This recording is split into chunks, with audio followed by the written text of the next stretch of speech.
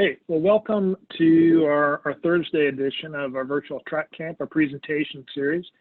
And real excited today. We're going to talk a little bit about race tactics, specifically for the track. And we'll be featuring Scot Hollonbeck. He's having a little bit of a trouble logging on, but we're going to get started and he'll be with us shortly. Again, just as a few notes, all of these presentations and both the video presentation as well as PowerPoint will be linked to off of our Disability at DRES website. And I think that link will be shared at some point in the chat if you haven't gotten that already. And those will be up.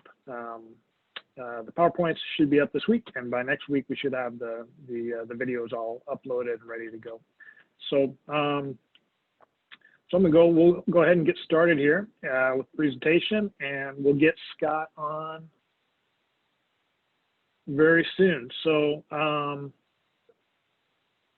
we're going to talk, as I said, we're going to talk tactics, and it's going to be specific to wheelchair track. Some of these best practices can be applied to road racing too.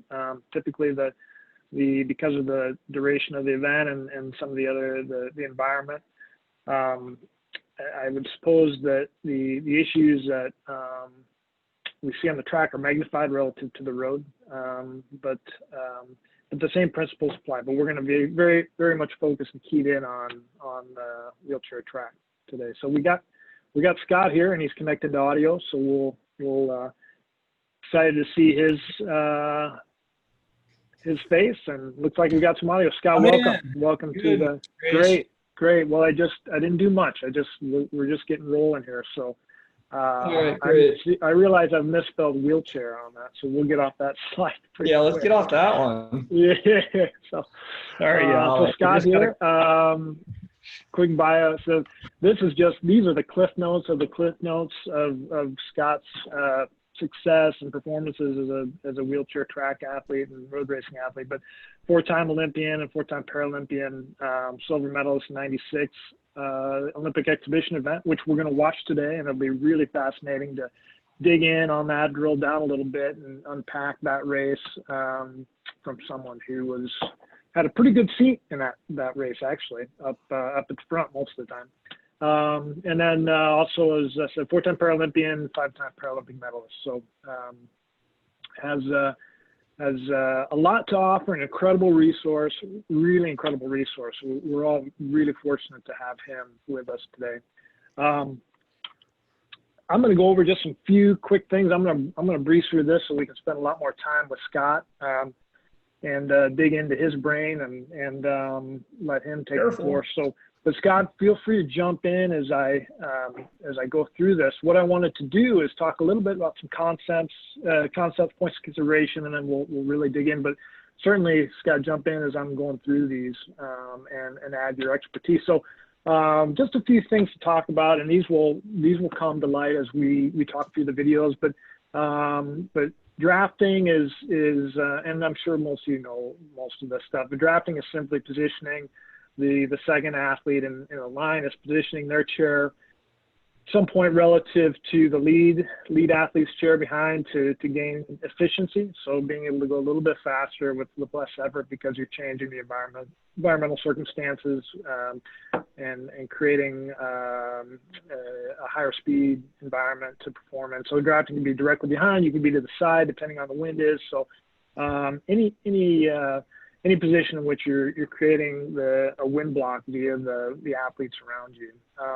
Boxing is a concept you see on the track, and that is simply with multiple athletes where this third athlete will come up and limit the ability for this athlete here in the second position to move, right? So it doesn't have to be a straight box here.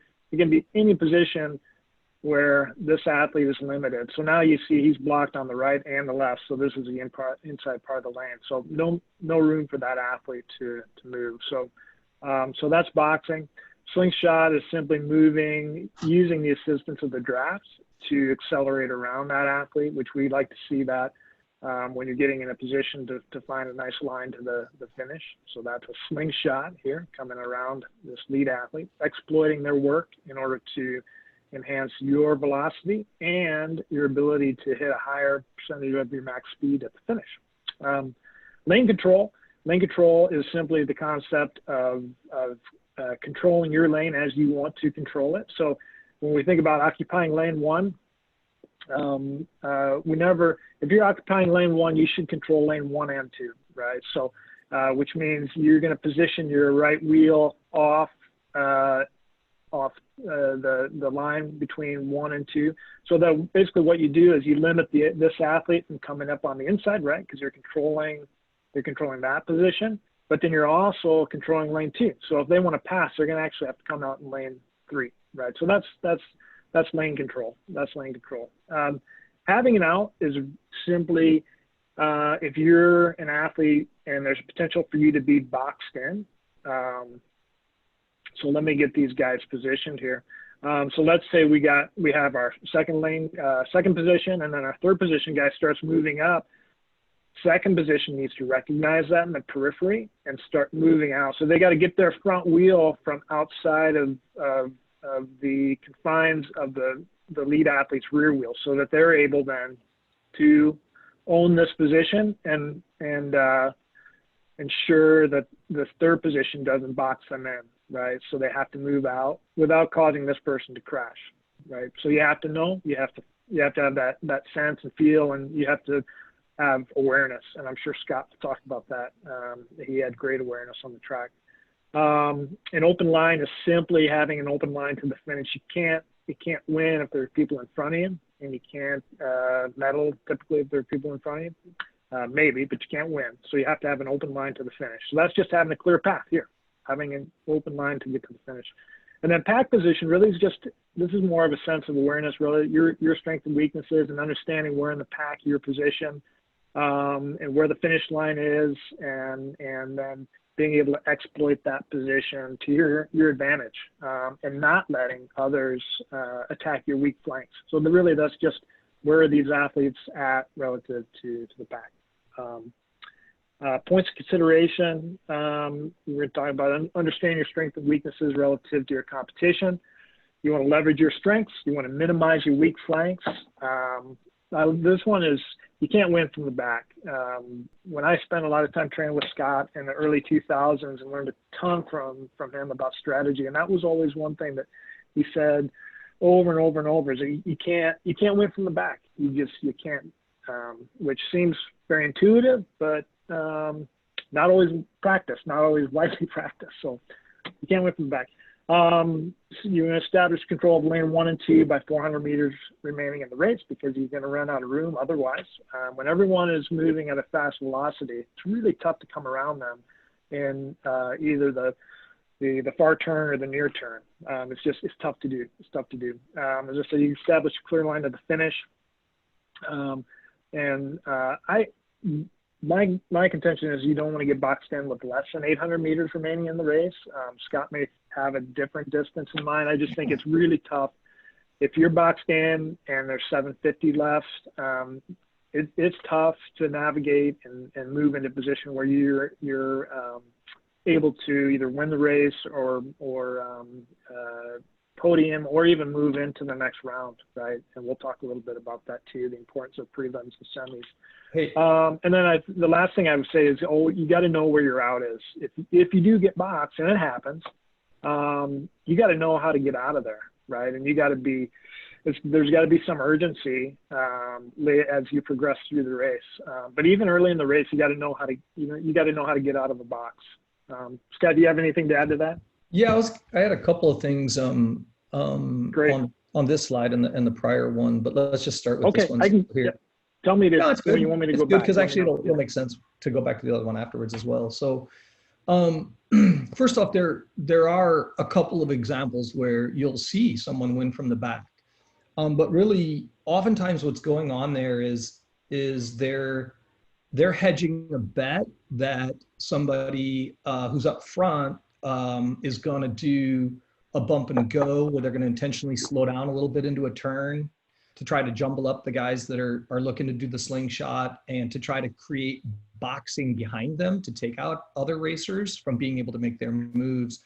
And so you'll see examples of where someone does this epic slingshot from like the 8th position in lane 4. And really what's happening is that the front is tangling up, right?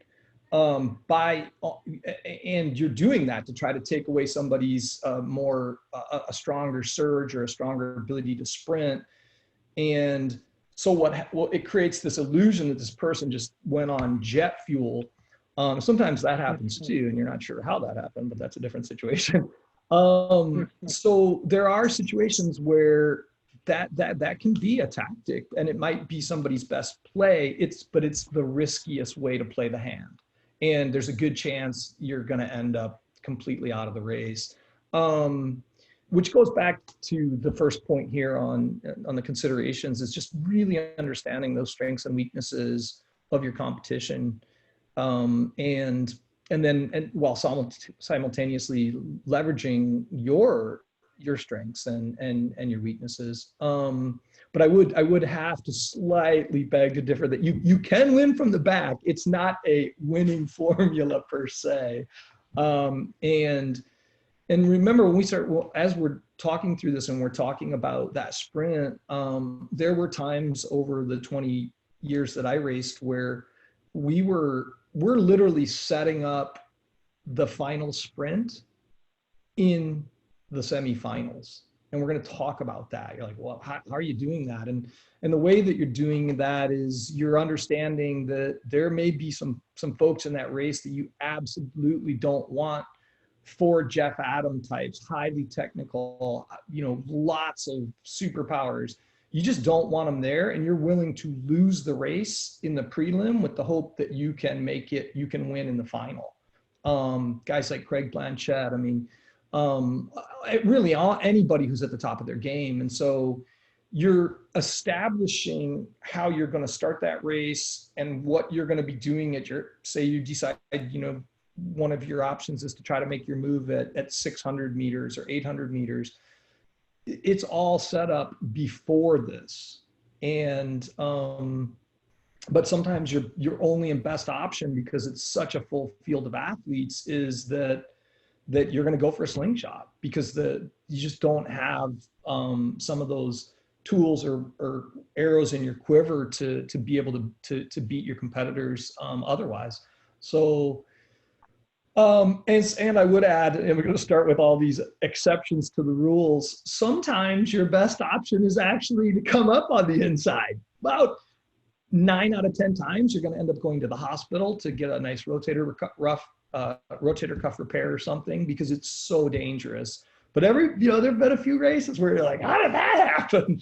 And again, that if we move over to the third slide on the concepts, you'll see in a couple of these races, slide 3 there, Adam, where all of a sudden people are in lane 3 coming into the final straight. And again, if athletes get caught up, then you might slip through on an inside lane. Horrible way to make that your overall game plan, but you have to be able to adapt and see what's going on out there and know, there were certain races where you could pretty much predict there would be a crash based on who was in the race and what their racing styles and their racing strategies and tactics were.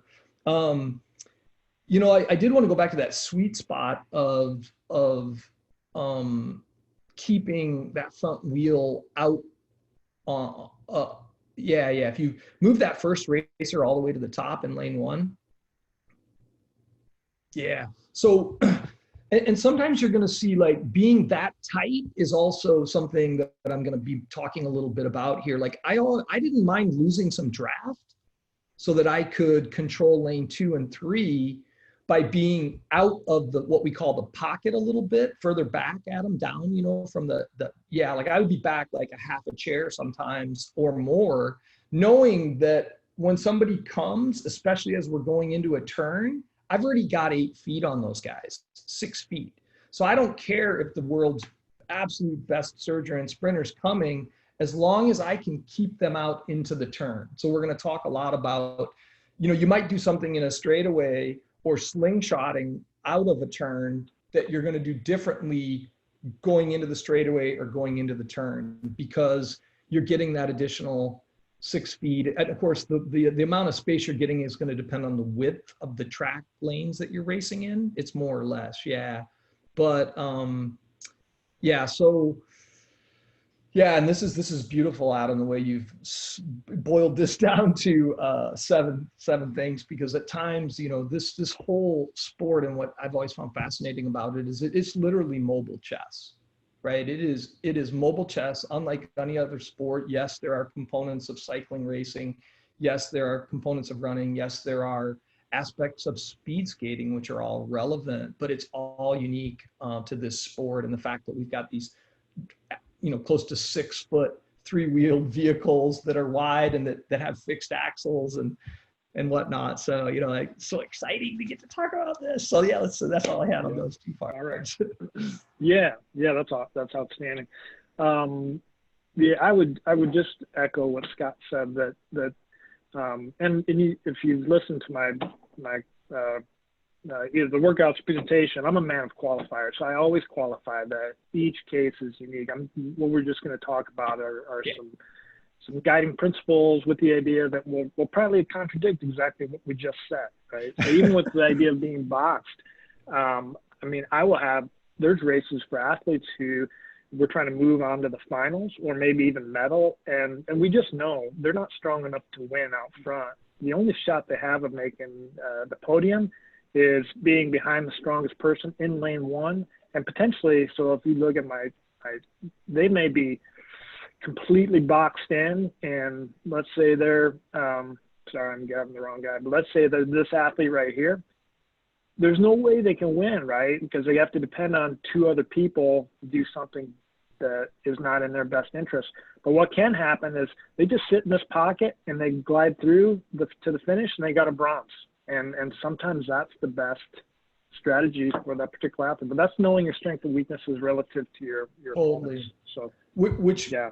And the last part there is, you're constantly thinking about, who do I want behind me? Because what I really want behind me, if I'm in that pole position in the front, is the guy who's going for that bronze on, is their best shot, right? I want the one that has the least surge, so that I can push out, because they're coming in lane 2, 3, and 4. So I want to be pushing out to 2, possibly to 3. And I know it's going to open up that inside position, but you're doing the math, and it literally is all mathematics, right? On will they have the speed to overcome these folks who are also probably going to be elbowing and grinding and banging wheels, which then costs you speed, which gives that inside shot. So again, yeah, if you're injured or your speed's off, or you're just outgunned and outmuscled, sometimes just being in that boxed second position, that's a great place to be. And you might even pull a silver. Hey, if you're lucky, they'll all wipe out and you end up with a gold. Like, awesome. Send them flowers when they're in the hospital. That's right. Sorry. Yeah, absolutely. Well, let's jump. We'll jump and just talk. We got a few different videos. We have queued up. We're gonna start with the 96, 1500 meters. I think that's a great race to talk through. And then if we have time, we can talk about the 1500 final for the men's T54 in London. And I have more videos too if we have time permitting. I don't imagine we will. A few points of discussion that Scott wanted to include. One is considering athlete strengths and prior tactics as influences in your strategy selection. Actually, Scott, why don't you talk through these? These are your points. So I'll let you talk through, and then you can elaborate as you want to.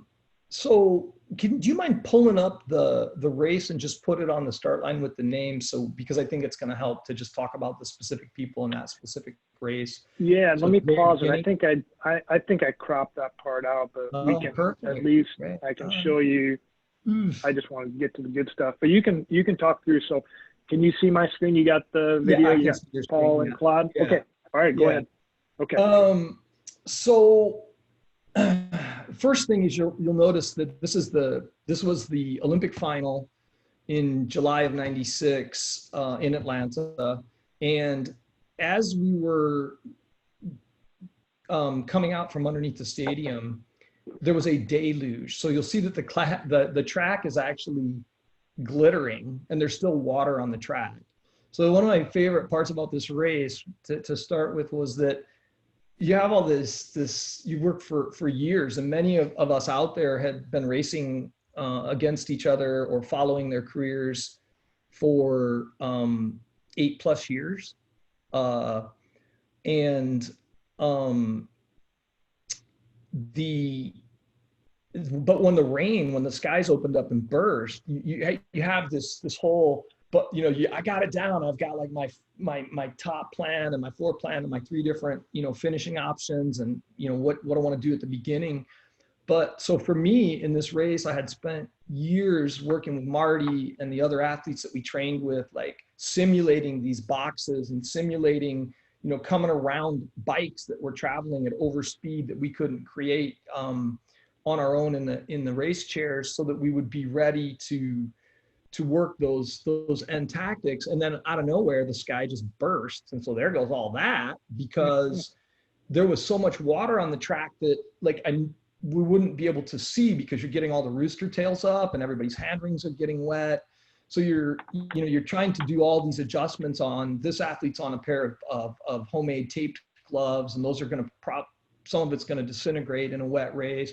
So-and-so's like keeps Clister on their chair, another athlete doesn't. And so Joel Jeannot is in the red there, and you're going to see him a lot in the race. And then the guy that's in 4th is Franz Nietlispach. So those were the 2 guys that had traded the world records, that had won. Joel had won in '92.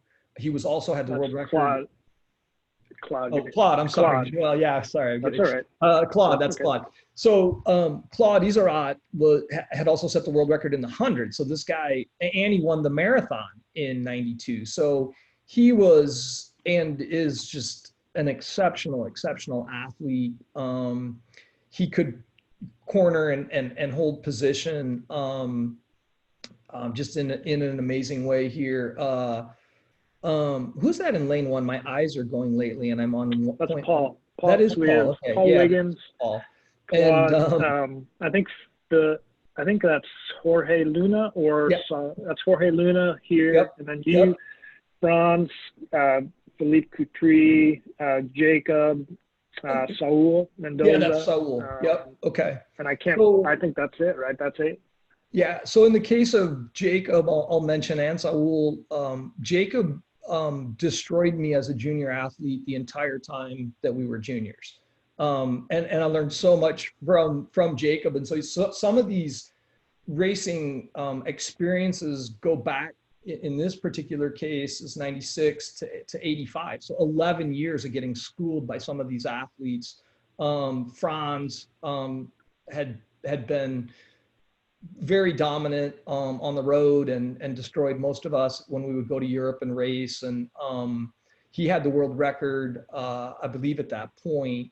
He'd set it in Zurich, and these guys are racing on the IAAF, able-bodied athlete circuits. And so we were rarely getting to see them. And one of the things Marty realized is that the only way we could compete with these guys is we had to go and start spending time in Europe and racing with them, because if you don't get an opportunity to study them and race against them, it's a real challenge. That's less of an issue now for the US athletes, but I can tell you back in the day when we didn't have athlete support, like you just had to figure out how to get a Eurail pass and do all your transportation, do the whole thing yourself, housing, food, save the money for it. It was pretty tricky. But after getting destroyed in '92, and 3 of the athletes in this race were in that final as well, it was just crystal clear. We had to start studying these guys. So, okay. I guess that's it, unless you've got something else to add there. And so Paul was more of a marathoner. I'll mention this. Super strong, wasn't going to get tired, but didn't spend as much time on the track. So I kind of thought he was not going to do as well here because he just hadn't put the time in on the track. Philippe was a good track racer, but a big, tall guy and not as powerful. Joel and Franz is a really big guy. He's over 6 foot, thick build, had to have been, I don't know what it is in kilos, but he was probably 170. That's big. But this track was a bullet. And that's the other thing I wanted to add is, we haven't talked about track surfaces, but I know everybody understands that here. But this was a fast track. And we didn't have any wind consideration because it was a full stadium. So those were the things I wanted to mention there. Nice. Well, let me get rolling. There's going to be a brief pause, and then tell me when you want to stop. It'll keep rolling here in a second. So I think you can more easily see the rain while all the crowd sprinting for the. Not that they didn't want to watch you, but they were all sprinting out of there because of the rain. But I think just talk about talk about. So now you're racing in the downpour. How does that change your strategy? Instead of, I was planning to go at about 7, what would have been, let's see here, 700 meters from about the 4th or 5th position, depending on what was going on. I wanted to save absolutely as much as I could because I'd actually spent a lot of time training with another U of I athlete who had moved down to Atlanta, Steve Van Nordheim, and he's a good track racer. He's really good. But then he got on the bike and he basically we did this overspeed training to the end of the earth. And I was feeling pretty good about my last 600 meters. I say 700 because you got to get into position to really make the move at 600. But when this happened, gone, because there was too strong a likelihood of crashes. And there was if you're in the back, I knew that I would probably not be able to get to clister with my harness gloves and re-clister up, and would probably be losing strokes by the end of the race. And if I was in the shower, as we call it, just drinking everybody else's stuff, it was game over. So I went to the front and just got rid of that whole plan. But you'll notice, so in the first 50 meters there, I did 4 checks to see who was making what move. So you see the head going back and forth, and then got it right to the front. And I wanted Paul behind me because I didn't think he would have that surge. And just so you know, Franz was winning and setting the world record, and he was making his move in these races at this point in time at 600 meters.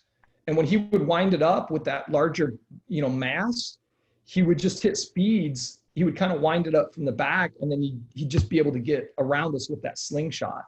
So then Jakey, we wanted to get together in the race, but he couldn't get around Franz here, you'll see, and it made it a very difficult race for him. Because, you don't ever want to drop back to it was what do you do, right? Race the whole thing in lane 3, 4. So there we go. Yeah.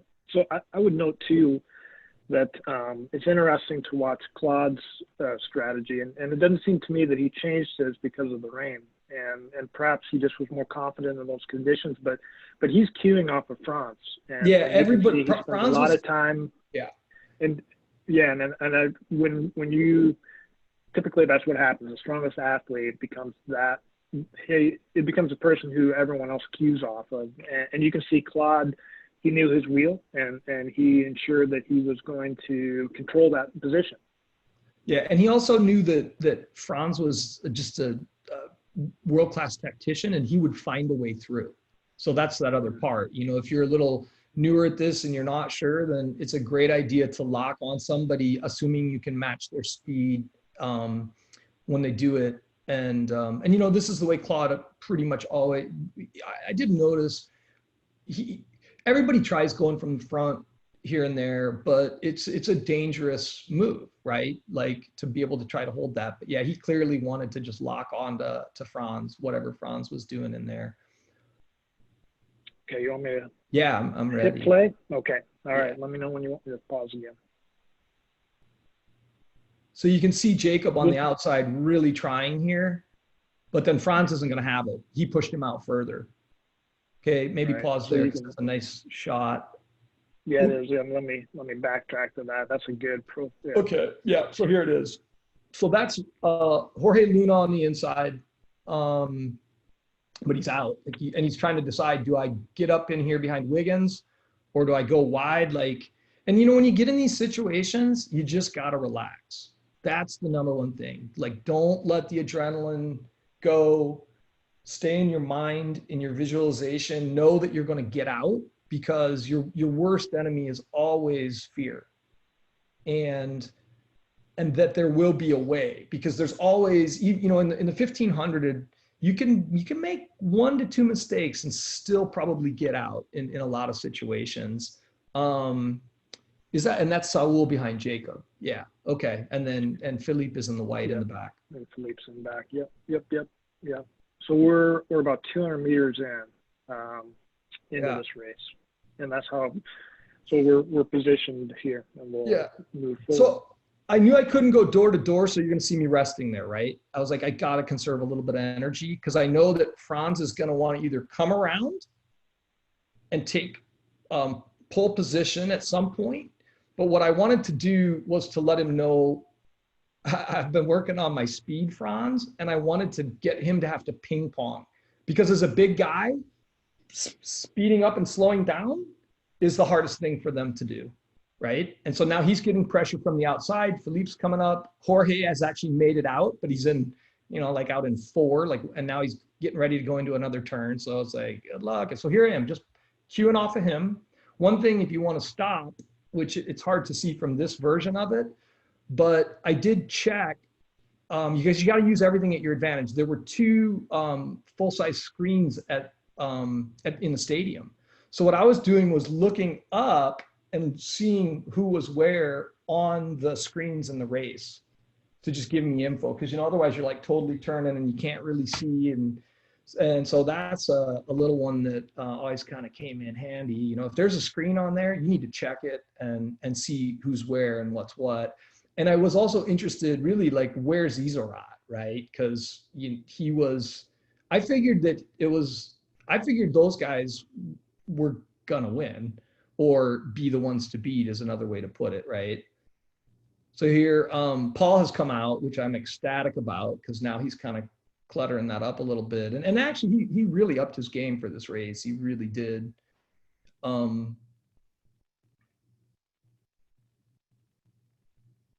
Okay, so here Franz is making another surge. So we're about 600 meters to go. Yeah. And he puts on another brutal attack here. And it was just let me just hold him out. People are getting wet. This is when, that clister slick is starting to happen. And there's Issorat just biding his time. Here we go. A big attack right here. I'm going to try to jump back really quick, because I think that was a good example of Claude ensuring that he wouldn't get boxed. Sorry, bear with me.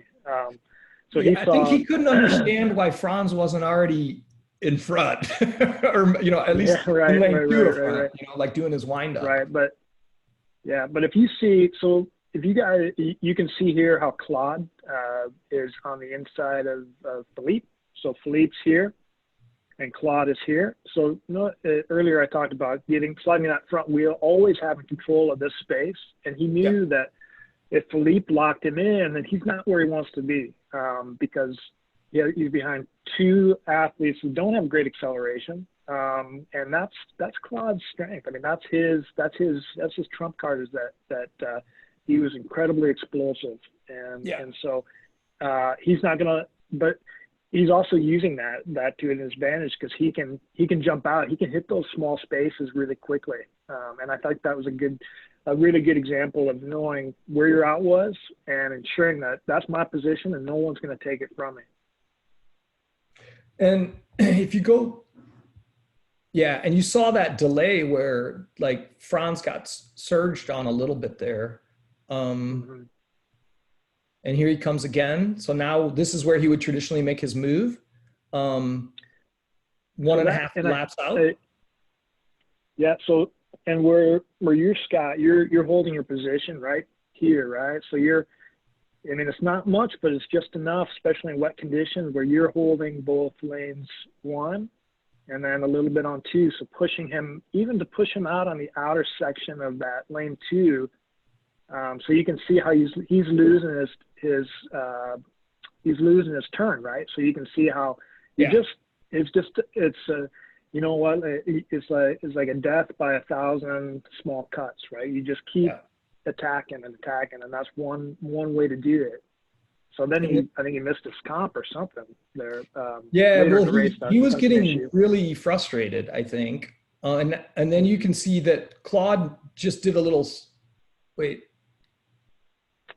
Yep, that's Claude. Yeah, Claude switched to the inside because he saw, and this is where Franz literally just kind of, yeah, that's where he did lose his comp. Mm-hmm. And you can see he kind of one-armed it around the back turn there. Right. So let's set up that. Yeah, go back to the turn, and I'll tell you. I didn't realize we were there yet. Yeah, I know, and it's like it goes so fast, right? Yeah. So the race if you go back a little further to where there's that gap and Franz had his technical. There's about 300 left. Oh, I missed it. Let's go a little bit further back. How about here? That sound good? Yeah, I hip checked him a little bit. You see, right here. Yeah, if you pause right there, before that, come a little out, and so if you have a guy that is riding you tight, or an athlete that's riding you tight in the turn like that, and so Franz and Claude both walk, and you'll know that my knees are a little higher because I'm a higher level injury. And so they could kind of work me in those turns, especially if I'm on the outside where my balance would be a little bit off. But I put that elbow out to him really wide and just started to act like I was coming out. And what that forces him to do is do a hipping maneuver in a high-speed turn. And I don't know, did he already go for his comp? No, he's getting ready to go for it.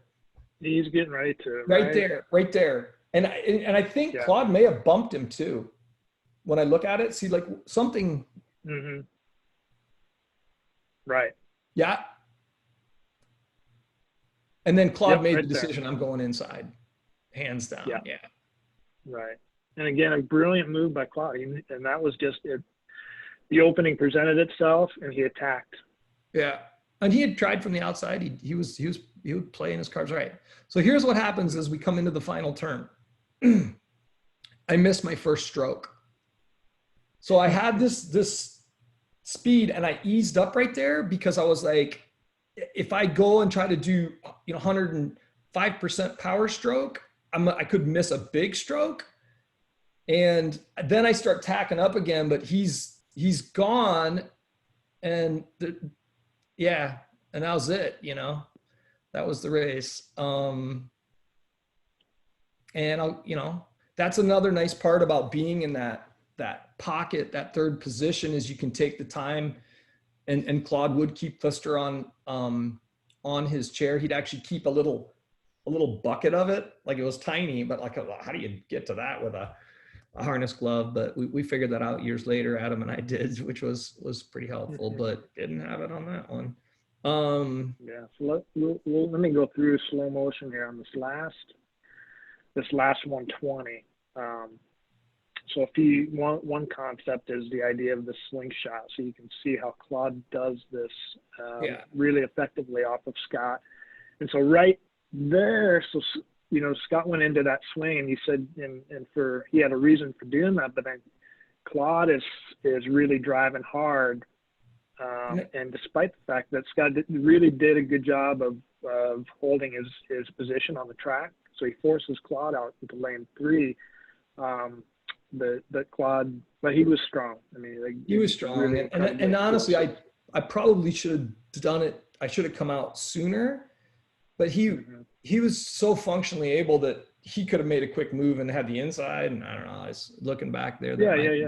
Opportunity to come out like right here at 140 or whatever that is, 140 meters to go. I could have jumped out to 2 there. But yeah.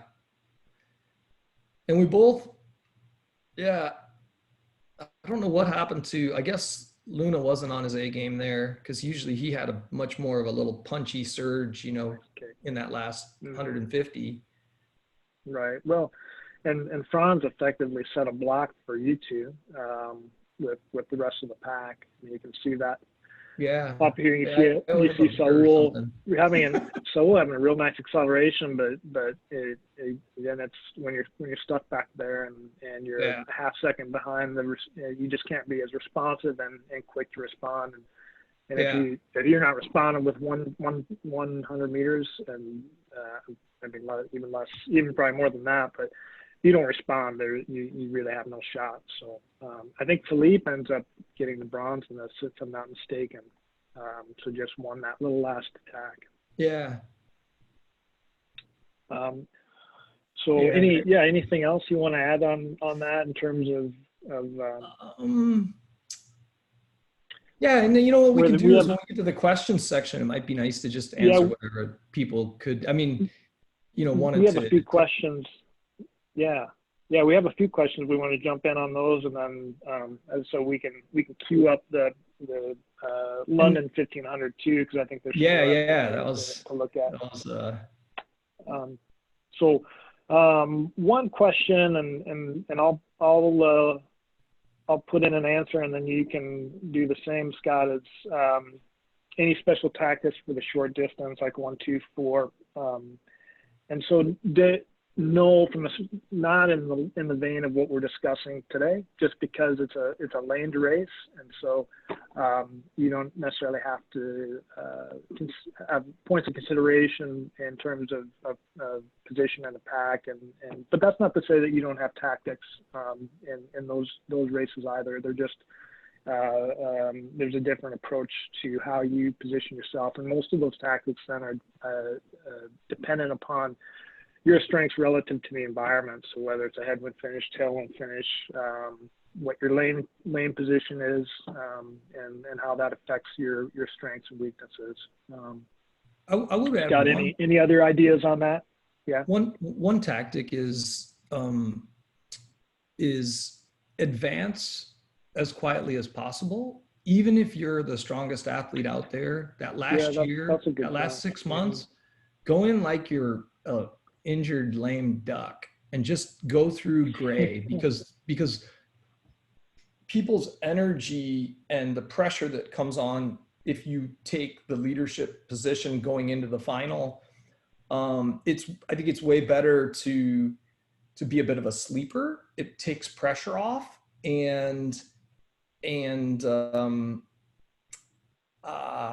so I think that's what I would call that a tactic, is like, how are you wanting to advance? How are you going to want to show up there?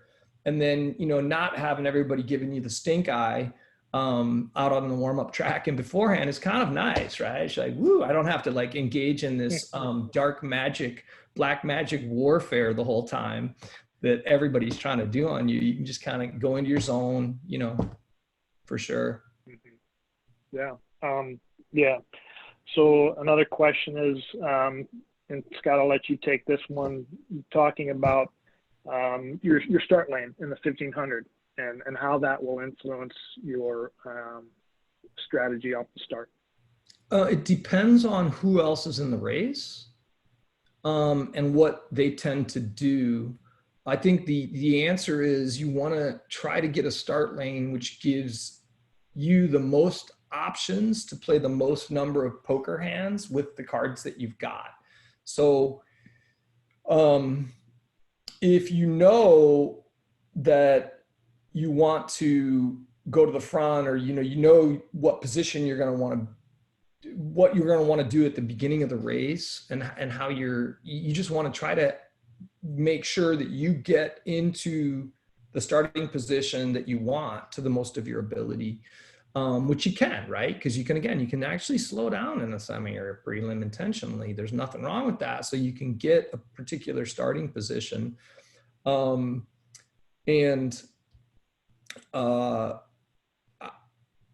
And then, where it got hard for me was when I switched to hard gloves. I lost the ability, because I didn't start as quickly, to choose the position that I would want. And it really took away half away of my arsenal for a couple of years, because there were just other people that were getting off the line, so much faster and better, that they were getting to sort of run their race, as opposed to having to make somebody react. I'd much rather have people react to what I'm wanting to do, as opposed to reacting what they're doing. But so, if you can't get off that line, or you end up in a difficult position, you got to really make a call. And you might have to, let's say you're out in lane 8, you know what? There's nothing wrong with using up a lot of energy to get back to a position where you can make people react to you. I think that's a really good point of consideration. And one reason that underscores the real critical importance of having a nice start, and you have that in your back pocket, and in the 15 and the 5. You don't necessarily need to use it, but you use it to your advantage. Jeff Adams I consider him one of the brightest minds in terms of strategy and tactics on the track, and I always enjoyed watching him race. I didn't enjoy being in any of his races, but I enjoyed watching him. And he had an incredible start, and would always use that to his advantage. His start may be 75% of what his potential was, but he was always doing it in a way to position himself strategically and dictate where he was at in the pack. And in Sydney, I really enjoyed watching him use that. And he won. I think he won the 1500. I don't remember, but he won at least 3 medals, I think, or 2. But he. One more thought that what he would know. That's great. I just otherwise I'll forget. But what he would do, which I thought was incredibly clever, is in a 5,000 when we raced, he'd find his position in maybe spot 4 or 3, and he would hold that. But in order to conserve, because he was very good also at not spending time up front until he needed to. And so he would allow 1, 2, 3, and you had a line of 12 to 15 people. So the guy pulling off the front would start to move toward the back. Well, Jeff was like, "No, you don't need to go all the way back there. Just go up in front of me, and I'll give you position 3." So then that athlete is like, "Well, do I want to go back in position 16, 50 meters off the front, or am I going to go in position 3?" And they pick position 3. So when it came down to the point where Jeff wanted to attack, he was always in the position he wanted to be in, because he was controlling both what was going on behind him based on where he could position himself, but also controlling the people in front of him. And I thought that was brilliant. Yeah, he's a brilliant tactician. And then he was coached by Peter, who was a semi-professional speed skater, or professional, I don't know what you call it, who is one of the best on this stuff. So yeah, those two guys, that was like a horrible combo. They were, gives me a headache. Interestingly, Jeff won the world champs in 95 before that 96 final. He was dominant in the Olympic prelim and semi, so much so that he actually won his semifinal decisively. Well, I should say this. He was winning his semifinal decisively, and Philippe Coupry, Jeff basically put 3 chair lengths on all of them coming out, in the last 200 meters. And then he just kind of sat up and eased up, like, already taken his victory lap. And Philippe, I guess he didn't care if he was second or third, because 3 advanced. And Philippe got up around him. So this is Jeff. And in that last 50 meters, he just popped around him and sat up and let the other French athlete through.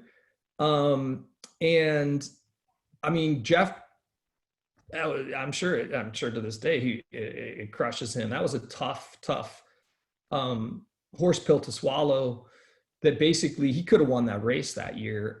But he made an error, and the French capitalized on it. And I will say that, looking at the race again here, Philippe let Claude out there. He did not push Claude back into that space when Claude made that first move to the outside. So they were probably the best at like helping each other to make sure somebody from France won. Yeah, it cost Jeff big time. Oopsie. Well, all right. So we don't have any more questions on the docket, which is fine. So we got about 8 minutes. So why don't we jump in? We'll get as much as we can off this 15, and then we'll wrap it up. So, but if you do have any more questions, feel free to pop those through, and then we'll try to get them answered as we're unpacking this race. So let me see. Let me get it up to the start. Maybe I'll fast forward a little bit. I think I got all the starting folks here. Coming up to the line. So,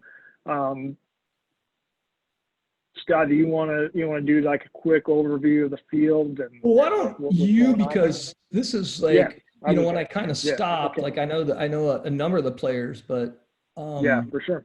There's a handful in this race. Yeah, so this race, we'll just go. We'll get off on the first straightaway, and I'll kind of talk about. So, in this race, as much as in '96, Franz was the athlete who was seemed to be the one being keyed off of. In this race, it's David Weir, and he was the dominant force on the track, and everyone else was keying off of what he was doing, and he was phenomenal in London. He had that extra velocity that no one else had, and if you have that, you can really dictate and control back in these races, and it just gives you a clear and decisive advantage. So a good reason to train that, and I've talked about that in our roller workouts, is that's our centerpiece, is always training maximal velocity, high skill activity. So here's the first one. So you see, and I don't know some of the Chinese athletes' names, right. I just don't remember them, but this gentleman went off the start, had a great acceleration, but no one necessarily perceived him as a threat, so they were going to let him go with the idea that nobody's going to get away in this race. Yeah. But if you look at David, he does a really good job of always maintaining, in some of his other races too in this time frame in World Championships, he always does a good job of ensuring that his front wheel is maintaining an advantage over everyone else's. Even though he's not in lane one, he's getting position off the start so that he can get himself where he wants to be, much like Jeff did. This is exactly the same idea and strategy. And so he's getting them up front, but he's not going to chase, right? He's not going to expend energy to bridge, because he knew that some other athletes would, like Saishan does. So Dave is glad to let him do that. So then he's establishing position here. But let me show you here in a second. And he's going to let Saishan do the bridge work and do the work of the mule and reel that front guy back in. And so he's quite satisfied, because he knows the strengths of this field, and Saishan's incredibly powerful, great acceleration, great sprinter. So once I want to point out here, and this is establishing position and understanding where the rest of the field is, and having a periphery sense of what's going on behind you. And David was very, very good at that, and is very good at that. So once he has a sense that the athletes behind him, like Marcel, who's obviously an incredible athlete, Kurt Fearnley, the same. Once he understands that they're coming up on his right side, he's going to get that front wheel out of Saishan, and he's going to establish his out so that he doesn't get boxed, because he knows that. So you can see how he's slid out, and he's happy to stay out in here and maintain that pocket. You discussed that earlier, Scott, about that pocket. So maybe you can talk a little bit about that and how David's really using that well in this position. Yeah, he's given a master's course on it there. He got a little pressure at one point there, I guess it was Marcel, but he already had his front wheel out. So he's just constantly aware of. So you can see that. Yeah, you can see that Yeah. here. I think that's a good shot, right? Yeah. That's a good shot of it. And who is it? The Canadian? That's So Josh Cassidy is coming that's up Josh. on his right side. So you can see it's Josh who's moving up, and David is as well. So that he perceives as a box threat, right?